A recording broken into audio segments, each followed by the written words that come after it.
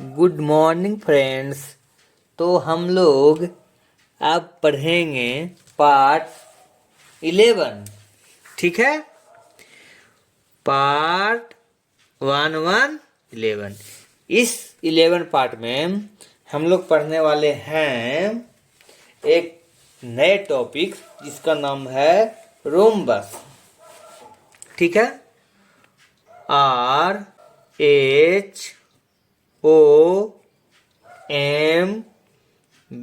ROMBUS, rhombus.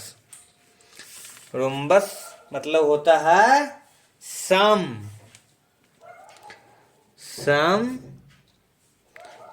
चतुर्भुज।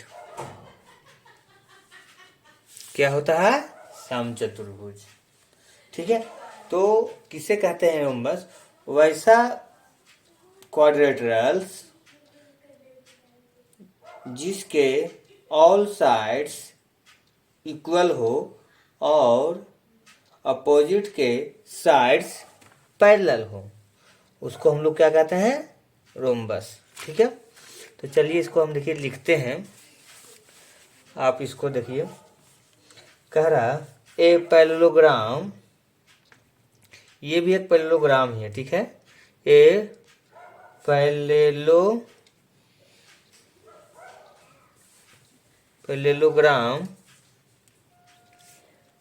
is called a rhombus if its two adjacent sides are equal।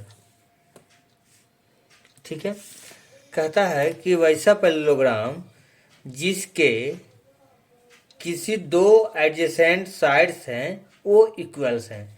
तो हम लोग parallelogram में क्या देखे थे कि आमने सामने के जो साइड्स होते हैं वो पैरेलल होते हैं। ठीक है, तो मान लीजिए कि एक साइड से ये पैरेलल है और दूसरा साइड से ये है। ठीक है, ये साइड्स और ये साइड दोनों इक्वल हो गए। तो पैरेललोग्राम के रूल है कि ये जितना है सेम उतना ये होगा और इसके पैरेलल ये होगा। ठीक है, पैरेललोग्राम में क्या पढ़े थे? अब कहता है दो साइड इक्वल है, तो पैरेललोग्राम में अब इस रूल के अनुसार ये अपने आप ये भी इसके बराबर हो जाएगा और ये इसके बराबर हो जाएगा। ठीक है, तो ये आपस में अब क्या हो गया? चारों चारों बराबर हैं। ये पहले से बराबर था, इसके बराबर ये हो गया, इसके बराबर ये हो गया रोम्बस के अनुसार। तो पैरेललोग्राम में हम लोग क्या देखें कि all four sides are equal and opposite sides are parallel as a parallelogram ला। ठीक है,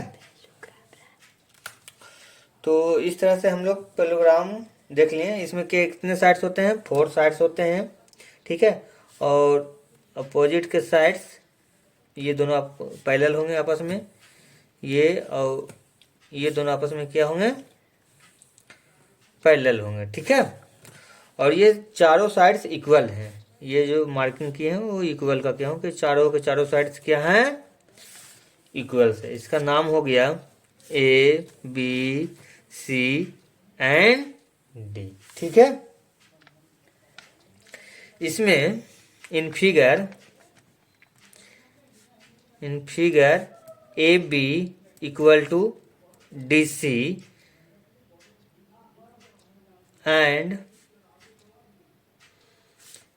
A B equal to B C, क्योंकि ये दोनों आपस में पहले बराबर है, और बी सी और बी सी इक्वल टू कौन सा हो जाएगा?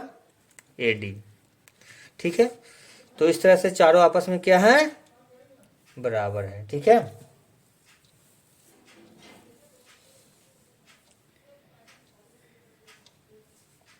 इसमें हम लोग क्या देखें? इसका प्रॉपर्टी नंबर 1 अगर देखें तो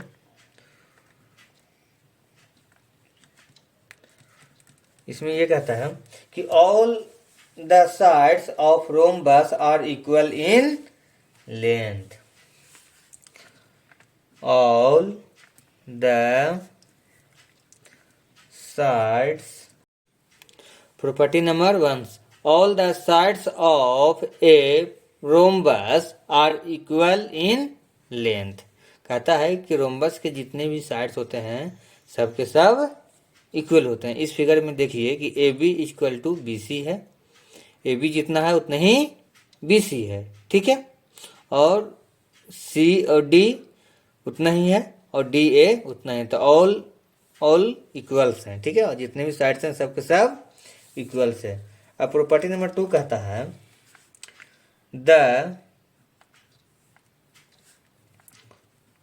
to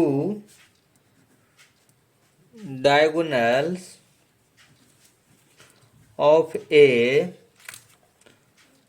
rhombus are perpendicular to each other। ठीक है, इसमें यह कह रहा है कि रोम्बस में टू डायगोनल्स होते हैं और ये दोनों डायगोनल्स आपस में परपेंडिकुलर होते हैं, ठीक है। तो देखिए ये डायगोनल्स है, एक डायगोनल्स है जिसका नाम है बी डी और एक दूसरा डायगोनल है ए सी, ठीक है।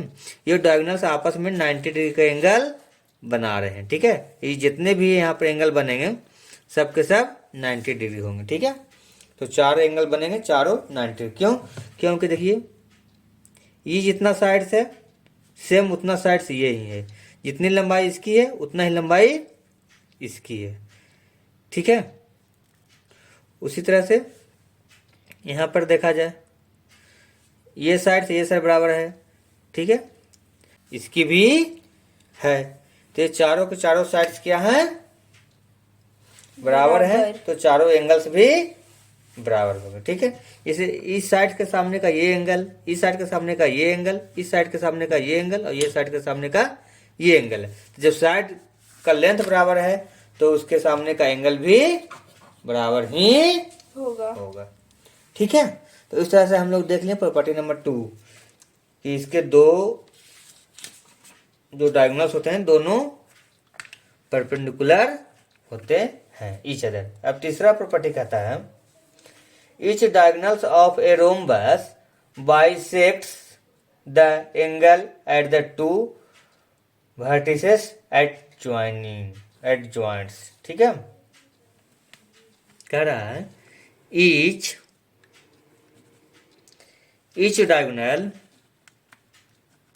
each diagonal of a rhombus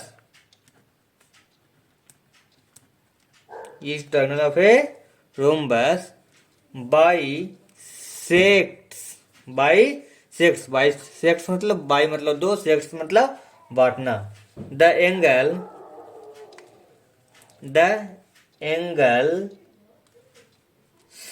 at the two vertices it joints, ठीक है। कह रहा है कि ये हमारा मान लीजिए कि एक रोम्बस है, ठीक है।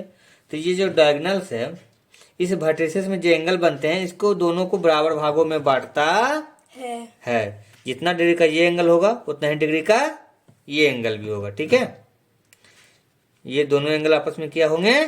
बराबर, ठीक है। Angle A equal to angle